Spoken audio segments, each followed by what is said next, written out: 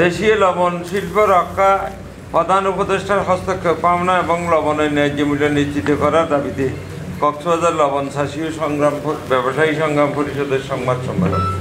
আমরা লবণের ন্যায্য মূল্যের দাবিতে আপনাদের দ্বারস্থ হয়েছি। কক্সবাজার বাংলাদেশের মধ্যে কক্সবাজার একমাত্র জেলা যেখানে বাংলাদেশের শতকরা 90% লবণ উৎপাদিত হয়। অত্যন্ত দুর্ভাগ্যের বিষয় হচ্ছে এত অনেক কষ্ট করে উৎপাদন খরচ বৃদ্ধি সত্ত্বেও চাষিরা লবণ চাষের সাথে জড়িত। আমরা কক্সবাজারের প্রায় 30 লক্ষ মানুষ প্রত্যক্ষ বা পরোক্ষভাবে লবণ চাষের সাথে জড়িত। কেউ লবণ উৎপাদন করে, কেউ লবণের ব্যবসা করে, কিন্তু ফ্যামিলিটা লবণ চাষের উপর পুরোপুরি নির্ভরশীল। আমাদের উৎপাদনের খরচের মধ্যে পলিথিন, জমির লাগিয়ত, মেশিন তেলের দাম, সমবাজার, পরিবহন খরচ সবগুলো বৃদ্ধি, কিন্তু আমাদের লবণের দাম প্যাকেটের মধ্যে 40-45 টাকা হলেও আমরা চাষিটা পাই মাত্র 7 থেকে 8 টাকা প্রতি কেজি। অথচ মুকামে এই 40-45 টাকা ঠিক করেছিল তখন যখন মুকামে বাজার 1400 থেকে 1500 টাকা ছিল। বাজারে সব কিছুর দাম বৃদ্ধি। 12 টাকার আলু 70 টাকা, 20 টাকার পেঁয়াজ 110 টাকা। শুধু নির্মমুখী হচ্ছে চাষিরা, দাম হচ্ছে না এই লবণের। 7 টাকা 8 টাকা বিক্রি করে চাষিরা অদূর ভবিষ্যতে যদি এই দাম বৃদ্ধি না হয় তাহলে লবণের চাষের জমি ফেলে ওরা অন্য পেশায় চলে যাবে।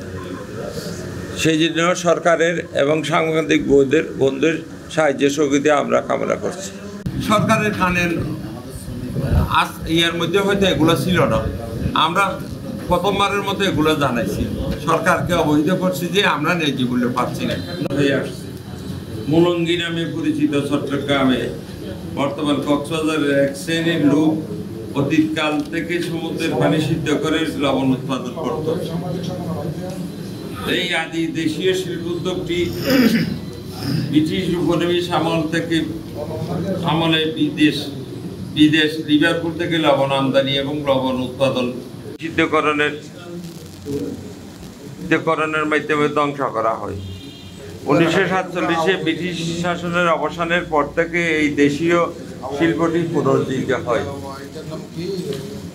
তারপর প্রথমে মাঠে সমুদ্রের লবণ পানি বন্দি করে তা সূর্যতাপে শুকিয়ে কাদামাটি মিশ্রিত লবণ উৎপাদন করা হতো।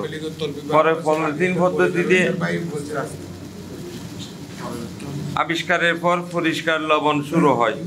বর্তমানে কুতুবদিয়া সহ বিভিন্ন স্থানে ভূগর্ভস্থ লবণাক্ত পানি উত্তোলন করে লবণ উৎপাদন করা হচ্ছে। এর ফলে দেশের লবণ উৎপাদন প্রতি বছরই আশানুরূপ বৃদ্ধি পাচ্ছে। 2022-23 মৌসুমে লবণ উৎপাদন 22 বছরের রেকর্ড ভঙ্গ করে লবণ উৎপাদন হয়েছিল 22,32,000 মেট্রিক টন। অথচ গত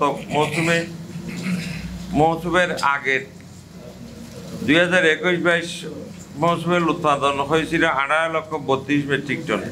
আর গত মৌসুমে 23-24 মৌসুমে 63 বছরের রেকর্ড ভেঙে 24,36,800 মেট্রিক টন লবণ উৎপাদন হয়েছে, যা আগের তুলনায় 2 লক্ষ মেট্রিক টন বেশি। 2-3 মৌসুম ধরে চাষিরা লবণের মোটামুটি ন্যায্য মূল্য পাওয়ায় দেশে লবণ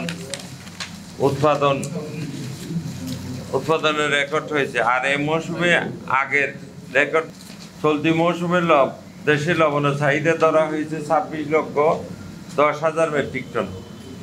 তবে আজ আমরা লবণ চাষী ও ব্যবসায়ী অত্যন্ত দুঃখ ভারাক্রান্ত কণ্ঠে জানাতে চাই, আমরা চলতি মৌসুমে দেশে লবণ উৎপাদনের অতীত রেকর্ড ভাঙতে চাইলেও লবণ মিল মালিকের একটি সিন্ডিকেট দেশে লবণ উৎপাদন কমানোর জন্য চাষিদের উপর মনস্তাত্ত্বিক যুদ্ধ শুরু করেছে, যাতে চাষিরা মৌসুমের শুরুতেই লবণ চাষের প্রতি আগ্রহ হারিয়ে ফেলে লবণ উৎপাদনের ঘাটতি তৈরি হয়। এরই অংশ হিসেবে লবণ মৌসুমের শুরুতেই লবণ মিল মালিকেরা প্রতি বস্তা 80 কেজি 1400 টাকা থেকে কমাতে শুরু করে এখন 680 টাকা থেকে 700 টাকায় নিয়ে এসেছে। আবার প্রতি বস্তায় 80 কেজির পরিবর্তে 90 থেকে 95 কেজি লবণ নেওয়া হয় চাষিদের কাছ থেকে। নিকট অতীতে মাঠ পর্যায়ে লবণের এমন দরপতন আর হয়নি। তবে মাঠ পর্যায়ে লবণের দাম কম হলেও বাজারে প্যাকেট লবণের দাম ঠিকই থেকে গেছে। বাজারে প্রতি কেজি বিভিন্ন ব্র্যান্ডের লবণের দাম প্রতি কেজি 40 থেকে 45,000 টাকা,